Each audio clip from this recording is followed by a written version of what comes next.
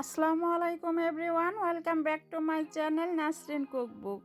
আজকে আমি রান্না করে দেখাবো মাটন কষা। মাটন কষা রান্না করার জন্য এখানে আমি হাড় এবং চর্বি সহ 2 কেজি মাটন নিয়েছি, আর মাটনের পিসগুলো একটু বড় বড় রেখেছি। প্রথমে আমরা মাটনটাকে ম্যারিনেট করে নেব। তার জন্য দিচ্ছি 2 টেবিল স্পুন টক দই,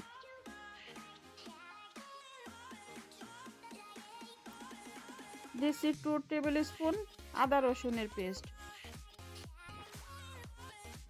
2 টেবিল স্পুন পেঁয়াজ বাটা,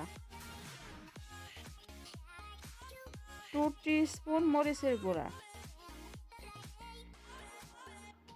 2 টিস্পুন হলুদের গুঁড়া, দিচ্ছি 2 টিস্পুন লবণ,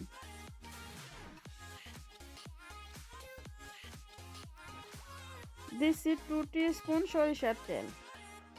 এখন এই সব কিছু ভালোভাবে মেখে আধা ঘন্টার জন্য রেখে দিব। এখন মাংসটা রান্না বসিয়ে দিব। তার জন্য চুলায় পাতিল বসিয়ে দিচ্ছি 1/2 কাপ তেল। আর এই মাংসটা রান্না করার সময় তেলের পরিমাণটা একটু বেশি লাগে।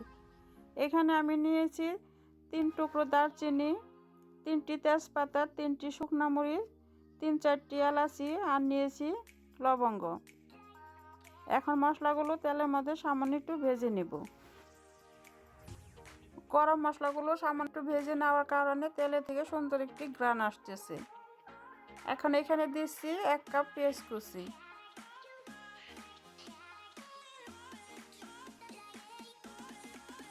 পেঁয়াজের কালারটা চেঞ্জ হওয়া পর্যন্ত অপেক্ষা করব।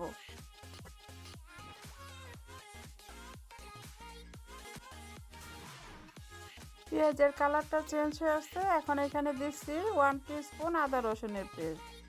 আর এই মাটন কষা রান্না করার সময় মশলার পরিমাণটা একটু বেশি হলে ভালো হয়।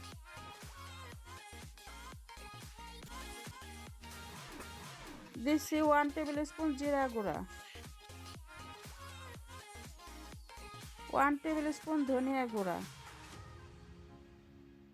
1 টেবিল স্পুন গরম মশলা গুঁড়া,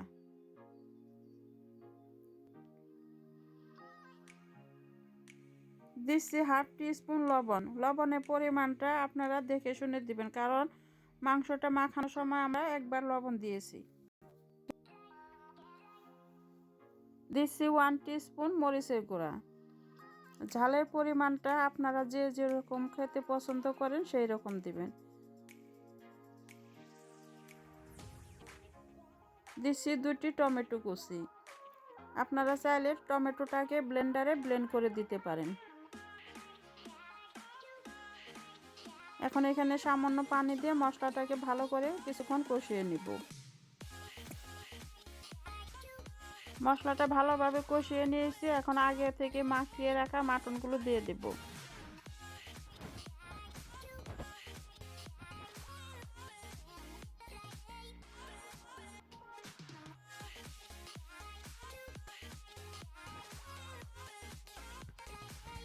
ভালোভাবে মশলার সাথে মিশিয়ে এখন ঢাকনা দিয়ে ঢেকে কিছুক্ষণ কষিয়ে নেব।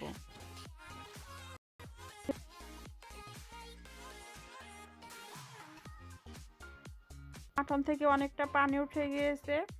এখন চুলার জালটা কমিয়ে এই পানিটা পুরোপুরি শুকিয়ে যাওয়া পর্যন্ত আমরা অপেক্ষা করব।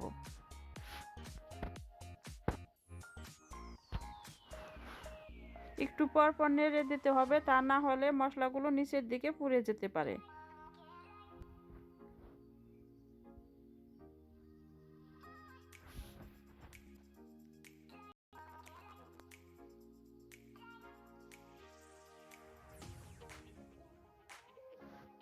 মাটন থেকে প্রথমে যে পানিটা উঠেছিল সেটা শুকিয়ে গিয়েছে। এখন এখানে মাংসটা একটু ভালোভাবে সিদ্ধ হওয়ার জন্য দিচ্ছি 1 কাপ গরম পানি।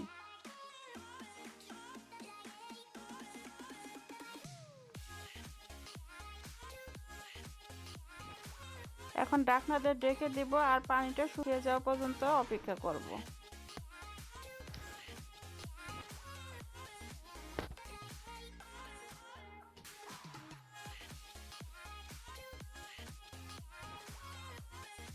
রান্নাটা আমার প্রায় হয়ে গিয়েছে। এখন এখানে ফ্লেভারের জন্য দিয়ে দিব 4টি কাঁচামরিচ।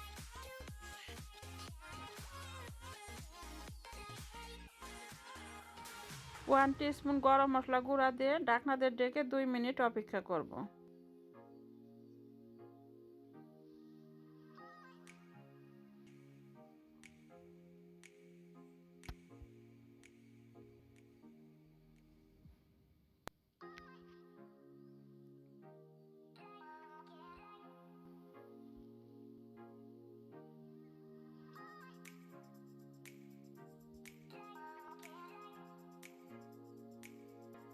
মাটন কষাটা হয়ে গিয়েছে, এখন আমি এগুলোকে একটি প্লেটের মধ্যে বেড়ে নেব।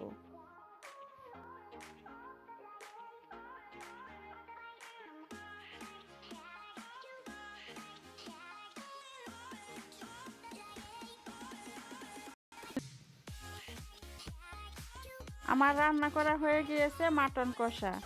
এই রেসিপি যদি আপনাদের ভালো লাগে তাহলে প্লিজ আমার চ্যানেলটিকে লাইক, কমেন্ট, শেয়ার এবং সাবস্ক্রাইব করবেন।